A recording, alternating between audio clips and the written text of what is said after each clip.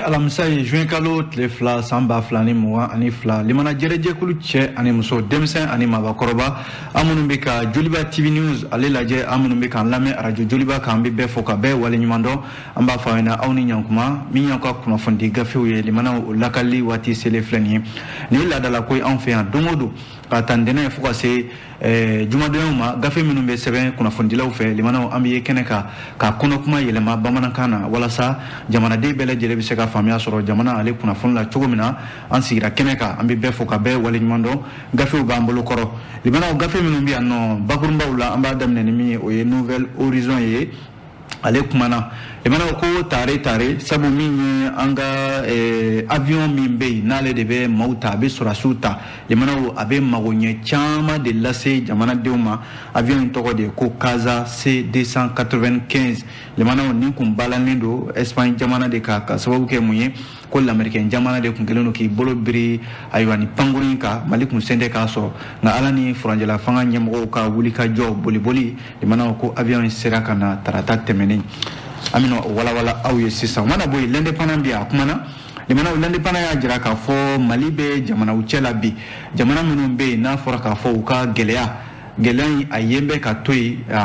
jamana minnu bɛ yen ni ayiwa u bɛ diɲɛ kɔnɔna la nka Mali b'u cɛ la limanaw u ka gɛlɛyaw maaw ɲɛ b'a la dɛ gɛlɛya bɛ yen ko nka diɲɛma sigilen don ka u gɛlɛyaw lajɛ ko Mali bɛ jɔyɔrɔ 6nan de la o jamanaw cɛ la bi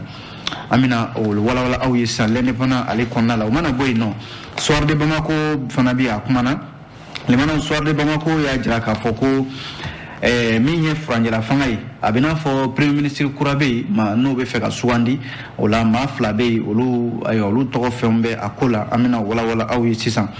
min ye Abubakar Sidiki Fɔnba ale y'a jira k'a fɔ ko ni ala ye Mali ci limanaw ko ni CEDEAO y'a ka ɲange wuli ka bɔ Mali kan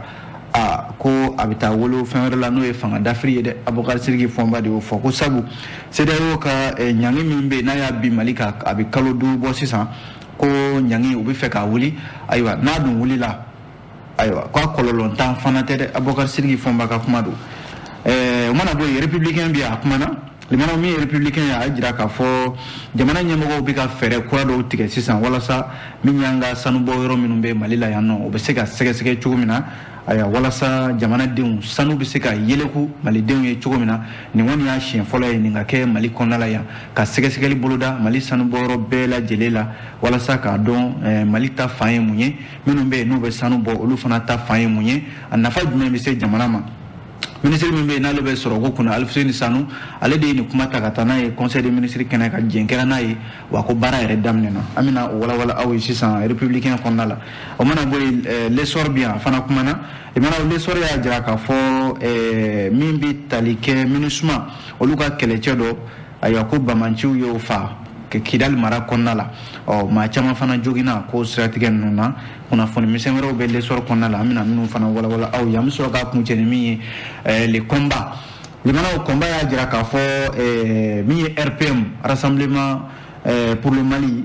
ala ma hinɛna Ibrahim Bokar Keita ale ka tɔn don limanaw tɔn in a tɔndenw Ibrahim Bokar Keita kɔfɛ bi ninnu de bɛ ayiwa sariya ɲɛma bi u sen tɛ ka bɛn ko la ko nka a bɛ n'a fɔ fan min bɛ yen ni o ye olu Babɛr Gano ni Musa Tɛnbeli n'a ɲɔgɔnnaw olu ni Bɔkari Tereta olu de bɛ ɲɔgɔn na a bɛ n'a fɔ Babɛr Gano olu ye ko in ta ka taa n'a ye cour d'appel ɲɛkɔrɔ ko cour d'appel y'a yir'u la k'u fan fila bɛɛ lajɛlen ka jɛrɛ kɛ n'o ye congrès ye walasa ka se ka ɲɛmɔgɔ sugandi an bɛna an da don o fana na sisan ko walawala aw ye nka yan'an ka se nin bɛɛ ma limanaw an b'a daminɛ ni min ye o ye Nouvelle Horizon ye limanaw Nouvelle Horizon y'a jira k'a fɔ ko min bɛ tali kɛ waati jan min ye Mali ka avion dɔ ye n'o ye pankuru dɔ ye pankuru in a na kɛ a kun bɛ Espagne jamana de kan a dilanla yɔrɔ min yɛrɛ la a jala k'a fɔ pankuru min filɛ nin ni a tɔgɔ de ye ko Casa C295 ale kun balannen don Espagne jamana kan k'a sababu kɛ mun ye l'américain jamana de kun kɛmɛ ka nin ko in ka i sen don a la ko Mali tɛ se k'a ka nin pankuru in sɔrɔ min ye makɔnɔni kɔni janyana kosɛbɛ min ye nin pankuru kofɔlen ye Airbus Casa C295 a kun bɛ Espagne jamana kan a mɛnna k'a sababu kɛ min ye fɔra k'a fɔ Mali ayiwa kun foyi ma sɔrɔ a la k'a fɔ ko an ka avion in a tɛna se ka di anw ma nka lamɛrikɛn jamana de tun bɛ a ko kɔfɛ nka limanaw ala ni min ye Mali furanjɛla fanga ɲɛmɔgɔw ye olu ka wulikajɔ ayiwa a kɛra sababu ye pankuru in ko a nana a jigira Mali la yan nɔ tarata tɛmɛnen mai kalo tile 31 san 2022 o wuladani yɛrɛ fɛ min ye an ka pankuru jigi kɛnɛ min filɛ nin n'o ye base aérienne 101 Senu ayiwa a jiginna yen nɔ chef d'état-major général des armées général de division Umaru Jara ale yɛrɛ de taara a kunbɛn limanaw ni jateminɛ kɛ Fasiri ka kuma la Nouvelle Horizon a y'a jira k'a fɔ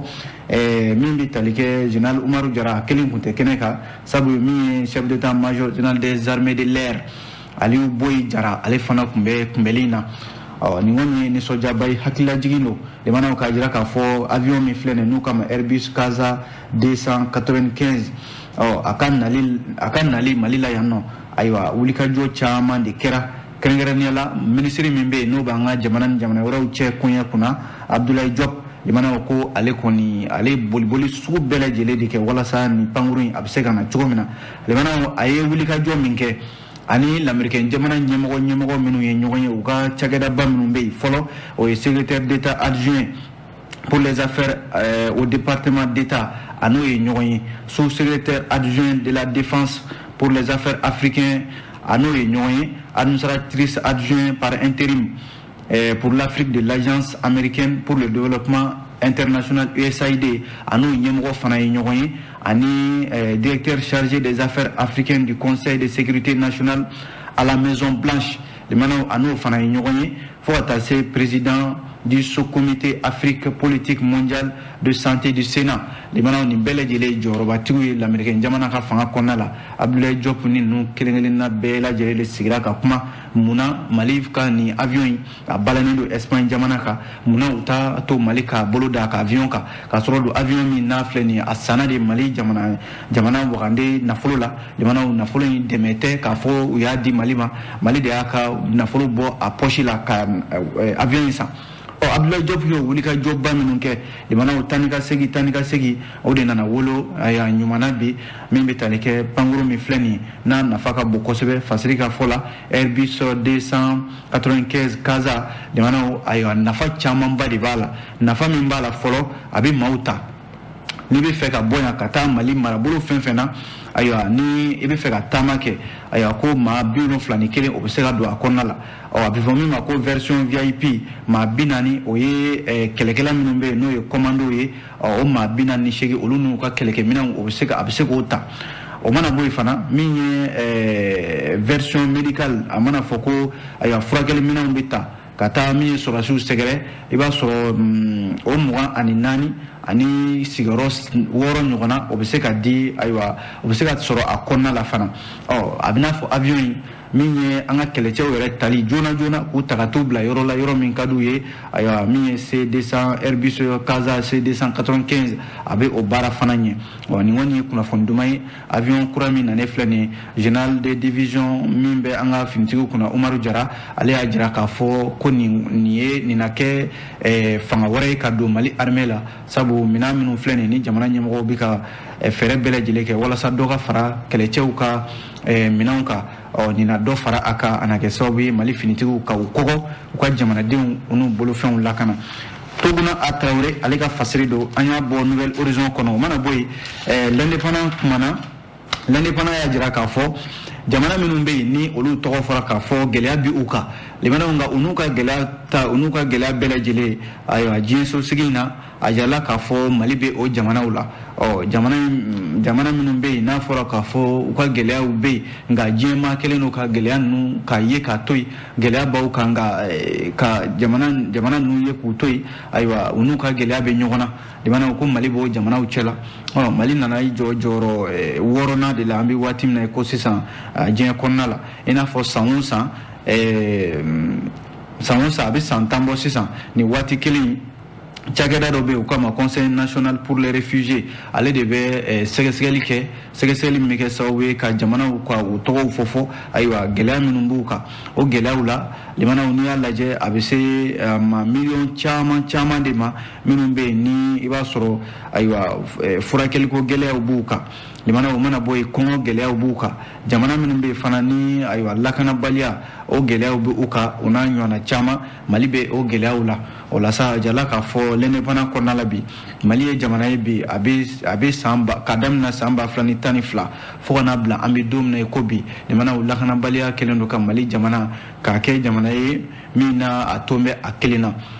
n'a fɔra ko i tora i kelen na limanaw gɛlɛya wɛrɛw bɛ yen minnu bɛna fara a kan lakanabaliya yɛrɛ ka bɔ a la yɔrɔ kɔsa in na bana kirikara min bɛ yen n'a nana n'a ye diɲɛ bɛɛ lajɛlen don ɲɔgɔn na u k'a ma coronavirus limanaw coronavirus kɛra sababu ye ka mali sɔrɔ k'a segin kɔ kosɛbɛ o mana bɔ yen n'i y'a lajɛ coup d'état n'o ye fanga dafiriw ye o fana jateminɛna k'a fɔ o kɛra an ka jamana kɔnɔ o ye gɛlɛya wɛrɛw ye ani fana kɔsa in na n'i ye jateminɛ kɛ CEDEAO mali bɛ jɛkulu min kɔnɔna la farafinna tilebiyanfan o fana ye gɛrɛntɛ ta ka bin mali kan limanaw ka mali kɛ a damana jamana ye k'an to an kelen na nin bɛɛ lajɛlen ye gɛlɛyaw de ye minnu tɔgɔ fɔra ka da ɲɔgɔn kan conseil national pour les réfugiés maaw fɛ k'a fɔ ko mali bɛ a yɛrɛ sɔrɔ nin gɛlɛyaw kɔnɔna la wa gɛlɛya ninnu na i b'a sɔrɔ ayiwa mali tiɲɛ bɛ ka to yen a kelen de la n'a ma ɲɛ ko tiɲɛ yɛrɛ la jamanaw mali ka kɛ jamana ye min tora kelen na a ka kan a tɔgɔ ka fɔ jamanaw la jamana minnu bɛ yen ni olu fana ton bɛ u kelen na n'i ye farafin jamanaw lajɛ bi jamanaw ko nka jamana min bɛ yen n'a sera k'a ka gɛlɛya k'a ta ba la a ma taa i dulon maa na a m'a fɔ maa ye na n dɛmɛ san laban in na san fila laban in na k'o ye mali ye ko wa ko tɛgɛ ayiwa tɛgɛ bɛ se ka fɔ an ye dɛ n'i ye burkina faso lajɛ Cameroun, Soudan du Sud, Tchad, Mali,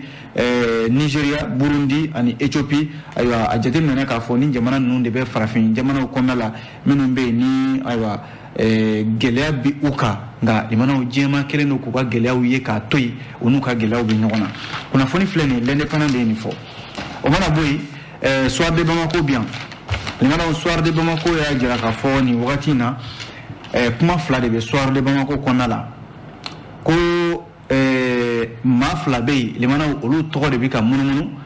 minnu bɛ sɔn ka bila ayiwa Choguel Kokala Mayiga ale nɔ na premier ministeriya la ayiwa ko nin kɔni bɛna fɔ Choguel Kokala Mayiga a ka waati de jatelen don premier ministeriya la ɲininkali de kɛlen don n'a sɔrɔla Choguel Kokala Mayiga a ka waati jatelen don ayiwa premier ministeriya jɔyɔrɔ la MPR ɲɛmaa min filɛ nin ye ayiwa limanaw a jala k'a fɔ kuma ŋunuŋunukan minnu bɛ yen n'o ye kɛrɛfɛ kumaw ye a bɛ n'a fɔ CEDEAO n'o ye farafinna tilebiyanfan jɛkulu ye yɔrɔ o ye ɲangi min bi mali kan a bɛ n'a fɔ ɲangi ayiwa min taara kabi janvier kalo tile 9 tɛmɛnen an bɛ ka an kunda a wulili de kan n'a ma ɲɛ k'a bɛ wuli limanaw a jarala k'a fɔ CEDEAO ko premier ministre ka ɲini min bɛ yen ni politiki kasa tɛ a nɔfɛ min fana bɛ yen n'a bɛ se ka kalataw labɛn joona i n'a fɔ waati min fɔra o kɔnɔna la a bɛ se ka kɛ kalo 20 ye a bɛ se ka kɛ kalo 10 ni kɔ fana ye limanaw ko nka maa damadɔ bɛ yen minnu tɔgɔ fɔlen don minnu bɛ sɔn ka bila Choguel Kokala Mayiga nɔ na o maa fɔlɔ limanaw o ye Ahmed Diané Semega ale bɛ commission OMVS Dakar a b'o o cakɛda in de ɲɛmɔgɔya la an bɛ don min na i ko bi a ye ministeriya fana kɛ ala ma hinɛna Amadou Toumani Touré ATT o ka waati la maa filanan o ye ministre min bɛ yen sisan n'ale b'an ka jamana ni jamana wɛrɛw cɛ kun ye kunna Abdoulaye Diop o fana tɔgɔ fɔn bɛ ni cɛ fila limanaw a jala k'a fɔ ni cɛ fila n'a ma ɲɛ ko maa bɛ sɔn ka kɛ ayiwa maa bɛ sɔn ka bila Choguel Kokala Mayiga nɔ na gouvernement kura min n'a bɛna sigi n'a ma ɲɛ ko CEDEAO ka laɲini kɔnɔna la ko embargo bɛna wuli ko ka premier ministre kura sigi politiki kasa tɛ maa min nɔfɛ min bɛ se ka kalata labɛn k'a sɔrɔ ni a ma dɛmɛ cɛ fɛ a ma dɛmɛ muso fɛ sabu a yera k'a fɔ n'a ma ɲɛ ko Choguel ale ye politiki ɲɛmaa ye MPR o ɲɛmaa don wa n'a ma ɲɛ k'a bɛna kalataw fana labɛn limanaw a bɛ se ka kɛ a bɛ dɛmɛ a yɛrɛ ka politiki tɔn fɛ hali n'a sɔrɔ a yɛrɛ tɛna a yɛrɛ a fɔ k'a bɛ i kan bɔ nka limanaw a bɛ se ka kɛ a bɛ dɛmɛ kɛ maa dɔ fɛ walasa o sigana bɛɛ lajɛlen ka bɔ yen maa de bɛna sugandi maa min bɛ sɔn ka bila ayiwa Choguel Kokala Mayiga nɔ na o de la ni maa fila in Abdoulaye Diop ani Ahmed Diané Semega olu maa fila tɔgɔ fɔn bɛ minnu bɛna ayiwa jɔyɔrɔ in ta n'o ye premier ministre jɔyɔrɔ ye limanaw Ahmed Diané Semega hakili lajiginna ale ye Amadou Toumani Touré ala ma hinɛ na o ka ministre kɔrɔ ye min n'a ye baara camanba de kɛ Mali kɔnɔ yan bɛɛ y'a dɔn k'a fɔ Ahmed Diané Semega n'i ye jamana in yɔrɔba minnu bɛ yen n'olu jɔlen don Mali kɔnɔ yan limanaw Amadou Toumani Touré ka waati la a kɛra sirabaw ye o a kɛra soba minnu jɔra Mali kɔnɔ yan o Ahmed Diané Semega ale de tun bɛ a waati la o ministre in na a tun bɛ fan bɛɛ lajɛlen fɛ a fɔra k'a fɔ ministre min ma ko le ministre du terrain min bɛ n'a kun tɛ sigi bureau yɛrɛ kɔnɔ fiyewu a ye o ye a bɛ chantier la a ye o ye a bɛ baarakɛyɔrɔw la ayiwa Ahmed Diané Semega ale tun ye o maa kofɔlen ye min Abdoulaye Diop ye ale fana yɔrɔ fanjala fanga min filɛ nin n'an b'a la nin ye Abdoulaye Diop ale ka wulikajɔ bonyana kosɛbɛ a kun fɔra k'a fɔ yɛrɛ ko min Abdoulaye Diop ale de kun kan ka kɛ premier ministre ye Choguel Kokala Mayiga nɔ na ko nka Imam Mahmoud Dicko a na kɛ ale de y'i sen don ko in na min n'o kɛra sababu ye faranjala fanga tako fɔlɔ Mokhtar Wane ale sugandira ka kɛ ayiwa premier ministre n'o tɛ ko sɔrɔdasiw yɛrɛ ka maa sugandilen kun ye Abdoulaye Diop de ye limanaw ale sɔrɔ bɛ Bamako kelen ka kuma la ko min ye docteur Aboubacar Sidiki Fɔnba y'a jira k'a fɔ ko CEDEAO ka sommet min bɛna ni o y'u ka jɛrɛ ye ayiwa n'a laban a bɛ sɔn ka taa wolo ka ɲangi min binnen don Mali kan k'a wuli ka bɔ yen Aboubacar Sidiki Fɔnba ko ala kana n ci dɛ ko ni CEDEAO ye jɛrɛ in kɛ jɛrɛ in n'a a kɛra sababu ye ka ɲangi wuli ka bɔ Mali kan ko CEDEAO bɛ fɛ ka coup d'état wɛrɛ de labɛn Mali kɔnɔ yan ala k'an kisi k'an tanga o la Aboubacar Sidiki Fɔnba a ko juin kalo tile 4 o y'o dɔgɔ duman ye san 2022 Accra n'o ye Ghana faaba ye ko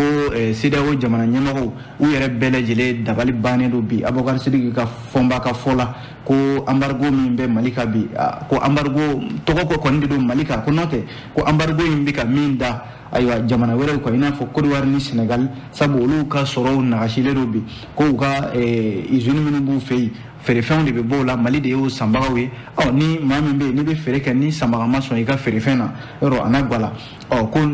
Côte d'Ivoire ka usine minɛn minnu bɛ dilan u fɛ a sanbaga ye Mali de wa min ye Sénégal fana port a jarala k'a fɔ olu ka port kɔsa in a dilanla ka ɲɛdan kura d'a ma u y'u jigi da Mali de kan k'a fɔ Mali y'an an dɛmɛ jamana ye wa an ka fɛn bɛɛ lajɛlen bɛ san Mali bolo an bɛna o nafolo bɔ Mali jamana kɔnɔ k'a ye k'a fɔ embargo nana bin Mali kan i mana ko u ma u sigi k'u miiri k'a fɔ a gɛlɛya bɛna se u ma Aboubacar Sidiki Fɔnba y'a jira k'a fɔ ni jateminɛ kɛ ko Sénégal yɛrɛ tun bɛ i disi gosi k'a fɔ don o don ko camion 1000 o bɛ bɔ Sénégal jamana kan ka na Mali la yan nɔ k'olu b'u disi gosi n'o ye a tɛ n'a fɔ waso do k'a kɛ Mali la wa embargo kɛlen o camion ninnu olu bɛɛ lajɛlen jɔlen don bi o kɛra sababu ye ka caman de bɔ Sénégalikaw ka sɔrɔ la Aboubacar Sidiki Fɔnba ko CEDEAO bɛna jɛrɛ min kɛ juin kalo tile 4 natɔ in na ko a bɛna fɔ o dalakan kɔni de banna bi sabu n'i y'a kɛ CEDEAO jamana ɲɛmɔgɔw sago ye bi embargo in kabi bi a ka wuli ko n'o tɛ a kɛn bɛ ka gɛlɛya min da u kan o fana ye o y'a damana gɛlɛya ye ka ɲɛsin u yɛrɛ ma maintenant Aboubacar Sidiki Fɔnba y'i kanto k'a fɔ ko wɛrɛ bɛ sen na ko min bɛ yen ni o bɛ se ka kɛ gɛlɛya ye ka ɲɛsin farafin jamanaw ma sabu ko bi ko a bɛ n'a fɔ CEDEAO jamana ɲɛmɔgɔw k'u ye farafinna feere OTAN ma n'o ye organisation du traité de l'Atlantique du Nord o ye jamana minnu bɛ yen n'olu sigin bɛ kɔgɔjiba da la n'o ye Atlantique ye olu de farala ɲɔgɔn kan jamanaw setigi jamanaw don a bɛɛ lajɛlen nanzara jamanaw ye k'u ye ayiwa CEDEAO feere o jamana ninnu ma o bɛ n'a fɔ CEDEAO bɛ sɔrɔ o jamana ninnu kɔnɔna la ko nka u ye ko in kɛ k'a sɔrɔ embargo bɛ Mali kan Mali kɔni da ma don a kuma fansi la k'a sɔrɔ dun Mali ye CEDEAO tɔnden ye o dun y'a sɔrɔ embargo bɛ an kan yɔrɔ a fɔra k'a fɔ ni embargo b'an kan an da tɛ u ka kuma foyi la o de la u ye ko in kɛ o y'a sɔrɔ Mali da t'a la n'a nana kɛ ko embargo wulila limanaw ko OTAN yɔrɔ bi na Mali ye Barkhane gɛn wa ko autant ka kɛlɛcɛw olu de bina na Mali la yan nɔ ka sɔrɔ ka MINUSMA ko lakana Barkhane de kun bɛ MINUSMA lakana min ye autant ye o ka kɛlɛcɛw u bina Mali la yan ka sɔrɔ ka min ye MINUSMA o ka kɛlɛcɛw lakana Abubakar Sidiki Fonba y'a jira k'a fɔ a bina fɔ an ye para ɲɛ kelen kɛ ka taa ɲɛfɛ ka para ɲɛ kelen kɛ ka para ɲɛ fila kɛ ka segin kɔfɛ min ye collectif pour la refondation du Mali Corema a ɲɛma Abubakar Sidiki Fonba a ko nin n'a damandaw de bɛ ka jateminɛ CEDEAO jamana ɲɛmɔgɔw fɛ limanaw ko nka ayiwa Mali ka hɛrɛ t'a la dɛ n'a ma ɲɛ ko CEDEAO kɔni ɲangi bi Mali ka kalo 5 ni ko hakili la fɛn fɛn bɛna kɛ Mali kɔnɔna la u y'a ye Mali pan o kunna mun tora sa u bɛna embargo in wuli CEDEAO tɛna labila sa wa ko fɛn fɛn bɛ yen n'o bɛ don Mali la o na don a kɛra mɔgɔw ye o a kɛra fɛn fɛn ye o na sɔrɔ ka tiɲɛni boloda limanaw Ala k'an kisi o ma k'a kɔni bɛ min fɔ jamanakuntigi ye n'o ye colonel Assimi Goïta ye o ye k'a fɔ a ye a ka frontière limanaw a ka état d'urgence a k'o bila jamana kɔnɔ an ni jamana cɛ i n'a fɔ Côte d'Ivoire Niger Sénégal walasa maaw bɛ maa la o kana se ka don jamana kɔnɔ k'a fɔ k'u bɛna tiɲɛni kɛ n'o tɛ ko ni embargo in wulila ayiwa k'a kɔlɔlɔ ntan tɛ dɛ soit de Bamako Abubakar Sidiki Fonba de ye nin fɔ o mana bɔ yen républicain ale bi yan nɔ limanaw a kumana républicain y'a jira k'a fɔ nin ye waleya kura dɔ ye min bɛna daminɛ an ka sanubɔ yɔrɔw la n'i ye jateminɛ kɛ ministrew ka laadala ɲɔgɔn ye bɛ to ka kɛ n'u k'a ma conseil des ministres ayiwa min kɛra mai kalo tile 11 tɛmɛnen san 2022 ko u ye baaraboloda dɔ bɛ yen u sɔnna o ma baaraboloda in a bɛ tali kɛ ka wele bila mafalenba dɔw ma n'o ye consultant ye ayiwa minnu mina limanaw kana jateminɛ kɛ an ka sanubɔ yɔrɔ minnu bɛ Mali kɔnɔna la yan nɔ a jala k'a fɔ sugubilen min filɛ nin ye a taara ka di cakɛda 2 de ma o ko min ma ko groupement Juventus Mining Mali ani Mazar Sénégal ni cakɛdaba 2 in limanaw a jala k'a fɔ tile 120 o de dira u ma conseil des ministres ye min fɔ k'a fɔ ko ayiwa Mali ka sanubɔ yɔrɔ minnu bɛ yen n'a fɔra k'a fɔ a dilen don cakɛdaw ma minnu bɔra diɲɛ fan wɛrɛw fɛ ka na Mali kɔnɔna la ka na sanu bɔ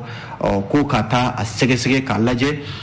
yɔrɔ jate min bɔn bɛ o ye k'a fɔ sanu o sanu bɛ yen n'a bɛ bɔ Mali kɔnɔ i b'a sɔrɔ 10 kɛmɛ sara la o de ye Mali ta ye a tɔ 90 o ye sanu bɔbagaw ta ye walima yɔrɔ dɔw yɛrɛ la 20 o ye Mali ta ye a tɔ 80 o ye a jamana minnu bɛ yen n'olu bɛna sanu bɔ o y'olu tɔw ta ye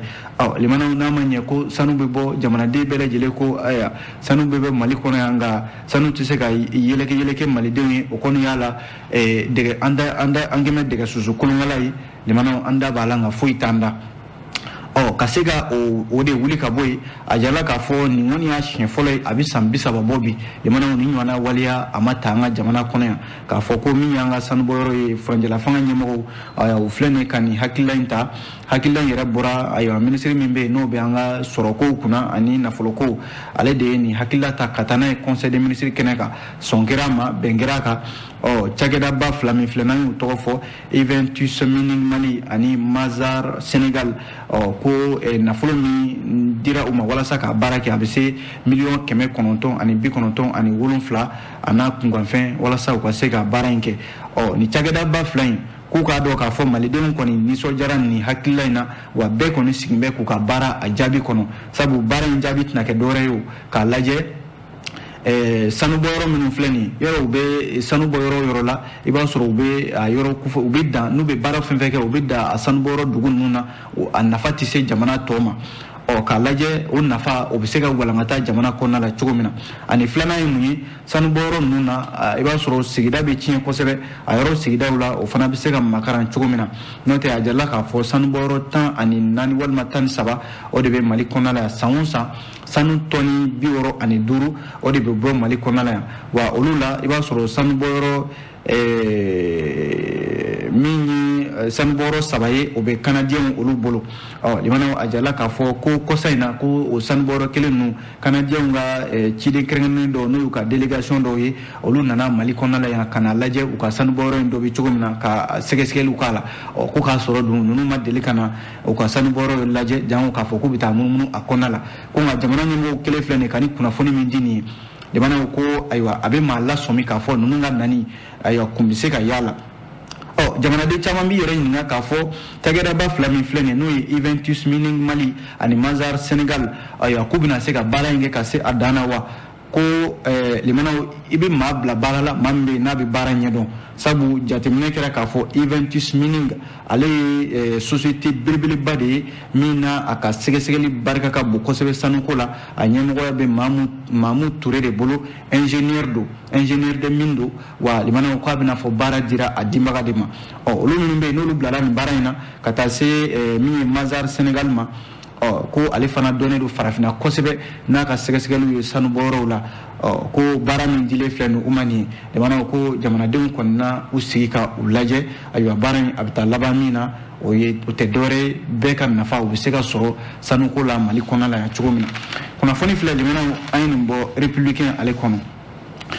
o mana bɔ yen l'essor an bɛ don a kɔnɔna la a kumana limanaw kuma fila bɛ l'essor kɔnɔ u man jan fɔlɔ ye mun ye o ye ko Kidal a jarala k'a fɔ ko min ye casque bleu n'o ye bafila bololamatigiw ye o bɛ diɲɛ keleya tɔnba o ka kɛlɛcɛ minnu bɛ Mali kɔnɔ yan MINUSMA ayiwa a bɛna fɔ olu ka kɛlɛcɛw banbanciw binna u ka Kidal mara kɔnɔna la ayiwa a kɛra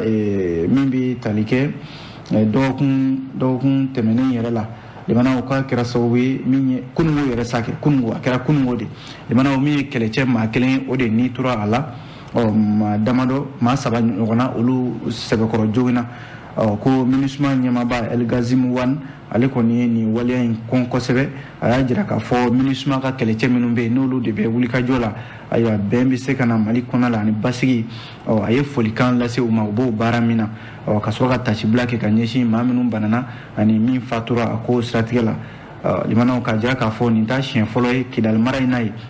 MINUSMA ka bolofara min bɛ yen bamanciw bɛ bin u ka kuma bɛɛ ka min ye u bɔnɛ u ni na walima ka joginda lase u ma limanaw kunnafoni filanan l'essor kɔnɔna la a jarala k'a fɔ kunnafonidilaw olu bɛ se ka ɲɔgɔn sɔrɔ k'u ka gɛlɛyaw da kɛnɛ kan ani ka kunnafonidilaw yɛrɛ jira jamanadenw na ko salon belebeleba dɔ bɛ yen o bɛna sigi sen kan ni nin y'a siɲɛ fɔlɔ yɛrɛ ye a bɛna kɛ juin kalo tile 30 ka taa kuncɛ juin kalo tile 2 natɔ in na a jala k'a fɔ palais de la culture Amadou Hampâté-Bâ o ye a kɛyɔrɔ ye kunnafonidilaw ye ɲɔgɔn sɔrɔ kunungo ka kunnafonidiba kɛ a baaraw taabolo la a jala k'a fɔ Jibril Sako ale min yɛrɛ ye différence communication ɲɛma ye ale de ye ko in yɛrɛ hakilila taba ye a y'a jira k'a fɔ ko nin bɛna kɛ sababu ye limanaw Mali kunnafonidila bɛɛ lajɛlen u bɛna ɲɔgɔn sɔrɔ kɛnɛ kan kɛnɛ min bɛ yen ni bɛɛ bɛ se k'i ka gɛlɛya da kɛnɛ kan kɛnɛ min bɛ yen ni bɛɛ bɛ se k'a lajɛ kunnafonidilaw bɛ se ka taa ɲɛ cogo min na n'u ka baara bɛ se ka taa ɲɛ cogo min na ko o baaraw o bɛna sigi sen kan walasa nafa wɛrɛ min b'a la fana o ye k'a fɔ jamanadenw bɛɛ bɛ se ka taa kɛnɛ kan sabu salon de don min dayɛlɛlen don kunnafonidila min bɛ yen n'i t'a dɔn i n'a bɛ se ka sigi ka kuma i b'a dɔn karisa ye walima ni kunnafonidiso ye nin ye ka bɛɛ dɔn ka bɛɛ lawasa sabu o fana ye kunnafonidilaw olu fana ka jɔyɔrɔba dɔ ye jamana kɔnɔna la Famoro Keita limanaw ale de ye nin fasiri kɛ an ye nin bɔ l'essor ale kɔnɔ an b'a kuncɛ ni min ye teliya la o ye le combat ye limanaw combat y'a jira k'a fɔ politikitɔ min bɛ yen n'u kama RPM Rassemblement pour le Mali Ibrahim Bokar Keita ala ka hinɛ na u ka politiki tɔn don Ibrahim Bokar Keita ka politiki tɔn ayiwa a bɛna fɔ a bilama a tɔndenw olu bɛ sariya de ɲɛkɔrɔ bi ko sariya kɛlɛ min bɛ u ni ɲɔgɔn cɛ a jala k'a fɔ min ye RPM fan dɔ min bɛ yen ni u kama ko collectif pour la défense des statuts et règlements intérieurs du RPM olu de ye ayiwa wulikajɔ kɛ yɔrɔ min bɛ tali kɛ Bokari Tereta min n'a fɔra k'a fɔ ale sugandira u ka jɛrɛ dɔ senfɛ ni ye jateminɛ kɛ décembre kalo san 2021 tɛmɛnen in na k'a fɔ Bokari Tereta k'ale bɛna kɛ cɛbɔ ye RPM ale tɔgɔ la o kuma min fɔra min ye RPM maa minnu bɛ yen i n'a fɔ maître Baber Gano Mamadou Jarasuba Musa Tembine Maman Babi Siaka Batuta Bagayogo Madame Belko Samaseku olu de farala ɲɔgɔn kan k'a fɔ k'o tɛ ko bɛnta ye sabu ko sariya sɔsɔra limanaw sariya min n'a sɔsɔra u y'a jira k'a fɔ article 78, 79 ani 80 limanaw o b'a yamaruya k'a fɔ ni maa o maa bɛ yen k'a bɛ sugandi ka kɛ RPM cɛbɔ ye i b'a sɔrɔ o bɛ tɛmɛ ni sariya ninnu de sigikafɔ bɛ kɛ bɛn bɛ k'a kan welewele manda bɛ bila n'o ye appel à candidature ye k'a fɔ ko ayiwa ka jɔn bɛ fɛ k'i kanbɔ min ye RPM a tɔndenya nɔfɛ o baara si ma kɛ min ye ni collectif in u y'a jira k'a fɔ ko sariya sɔsɔra o ka sɔrɔ ka ko in ta ka taa n'a ye sariya ɲɛkɔrɔ yɔrɔ commune de tribunal ale de tun ye kiiri in tigɛ waati dɔ la ka jo di docteur Bokari Tereta ma nka a nana ye k'a fɔ ko nɛgɛ bɛ nɛgɛ tigɛ min ye Baber Gane n'a ka a tɔw ye olu ye a ko ta ka taa n'a ye cour d'appel ɲɛkɔrɔ cour d'appel ka sɔrɔ ka kiiri in tigɛ kunungo k'a fɔ ko Baber Gane ninnu ye kuma min fɔ ko tiɲɛ bɛ u ka kuma la u ka sɔrɔ ka a f'u ɲɛna ko fan fila bɛɛ lajɛlen ka congrès dɔ boloda congrès min bɛ se ka kɛ sababu ye k'u bɛɛ lajɛlen bɔ ɲɔgɔn na jamanaw a bɛ dansigi kɛ gafew la an sera ka min lakale ka bɛn ni waati ɲɛ an bɛ aw fo k'a waleɲuman dɔn ni Ala sɔnna an na ɲɔgɔn sɔrɔ a sini gafe kura minnu mana bɔ k'o lakale aw ye laadira kɔnɔna la a k'an bɛn diɲɛ waati wɛrɛ